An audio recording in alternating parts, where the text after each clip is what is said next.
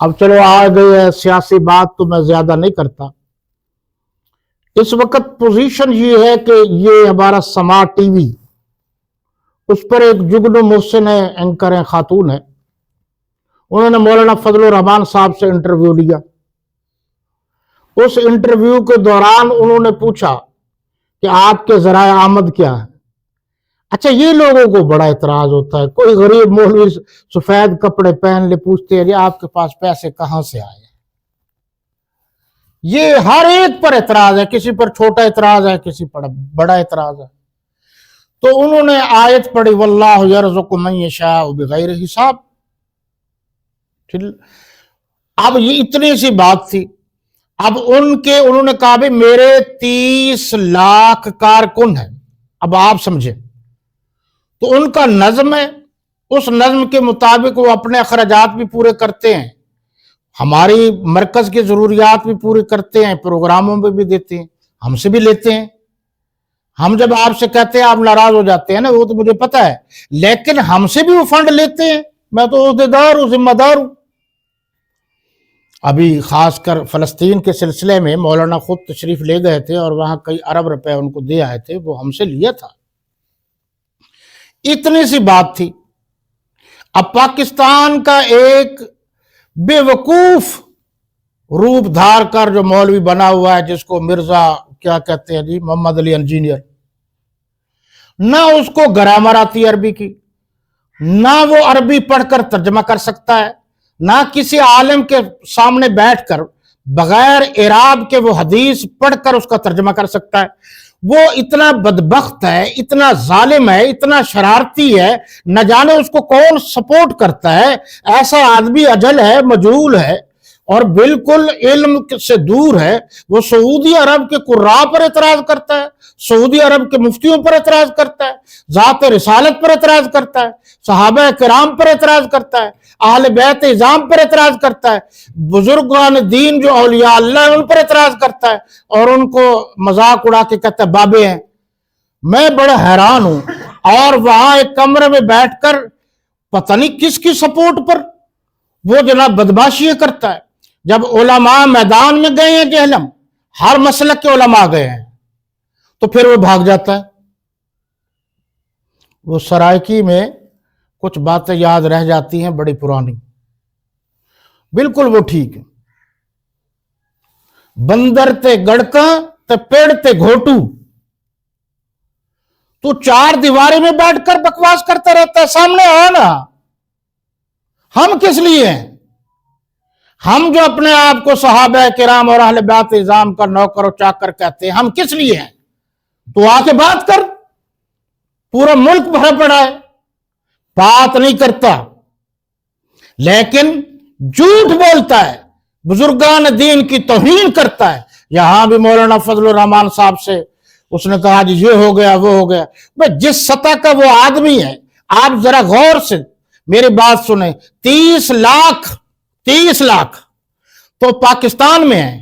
بیرون ملک اگر 10 لاکھ بھی لگائیں تو 40 لاکھ کا وہ اس وقت پیر ہے. 40 لاکھ علماء کا اس وقت وہ مرشد ہے، وہ قائد ہے، وہ لیڈر ہے. آپ بتائیں 1 روپیہ بھی ایک کارکن روز کا دے تو کتنے بنتے ہیں؟ بھئی تمہارے ہمارے نزدیک اربوں روپے کی اہمیت ہے. وہ جس مقام پر وہ تو اشارہ کرے اربوں روپے جمع ہو جاتے ہیں. پھر ڈسپلن ہے، پھر جماعت ہے، پھر طریقہ کار ہے.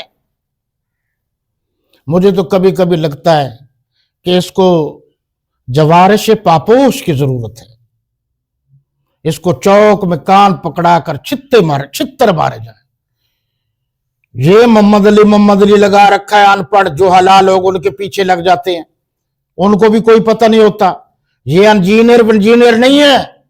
اور میں نے پہلے بھی کچھ سال پہلے بھی کہا تھا، میں اب پھر کہہ رہا ہوں، اور نشاندہی مولانا فضل الرحمان سے تکلیف کیوں ہوئی ہے یہ بھی بتا دوں. جب ایک بہت بڑے آدمی سے پوچھا گیا کہ آپ خام خواہ مولانا فضل الرحمان صاحب کے خلاف زیادہ کیوں بولتے رہتے ہیں، تو انہوں نے کہا ہم اس لیے بولتے ہیں کہ اس کے باپ مفتی محمود نے اس وقت 7 یا 8 علماء تھے، اسمبلی میں قادیانیوں کے خلاف قانون پاس کروایا تھا، یہ اسی کا بیٹا ہے، اس لیے ہم اس کے خلاف ہیں۔ میں نے کہا تم فکر چھوڑ دو، سب جاننے والا تو اللہ ہے، لیکن مجھے یقین ہو چلا ہے باپ نے قادیانیوں کے خلاف قانون پاس کرایا، اور اللہ کے فضل و کرم سے مولانا فضل الرحمان صاحب صحابہ کرام اور اہل بیت اعظام کے ناموس کا قانون پاس کرائیں گے۔ اس لیے تکلیف ہوتی ہے، ذہین ترین انسان ہے وہ، اس لیے یہ مرزا ورزا یہ بے وقوف آدمی ہے، اجل و مجہول آدمی ہے، اور انہی کی سپورٹ سے یہ بھونک رہا ہے جن کی سپورٹ سے مفتی محمود رحمت اللہ تعالی علیہ کے خلاف بات کی جاتی تھی۔ ہم اصول کا اختلاف رکھتے ہیں۔ میں نے ابھی کہا ہے خادم حسین رضوی صاحب کے بارے میں کہ انہوں نے جو یہ بات کی ہمیں اس سے اتفاق ہے، اور آپ کو یاد ہوگا میں نے یہاں حوالہ پیش کیا تھا، من سب نبیا فاقتلوا ومن سب اصحابی فاجلدوا۔ میں نے اس میں یہ کہا تھا کہ یہ حوالہ فلاں فلاں جگہ موجود ہے، کسی نے انکار نہیں کیا۔ مجھے خوشی ہے جس طرح نبی کریم صلی اللہ علیہ وسلم کا گستاخ اس لائق نہیں کہ دھرتی پر رہ سکے، اسی طرح صحابہ کرام و اہل بیت اعظام کا گستاخ، اور انہوں نے کبھی وہ ہمیشہ سننے کا نعرہ لگا کر گستاخان صحابہ کی توہین کرتے ہیں، اور ان کی توہین کرنی چاہیے جو گستاخان صحابہ ہیں، اس لیے میں ان کی سائیڈ لے لیتا ہوں۔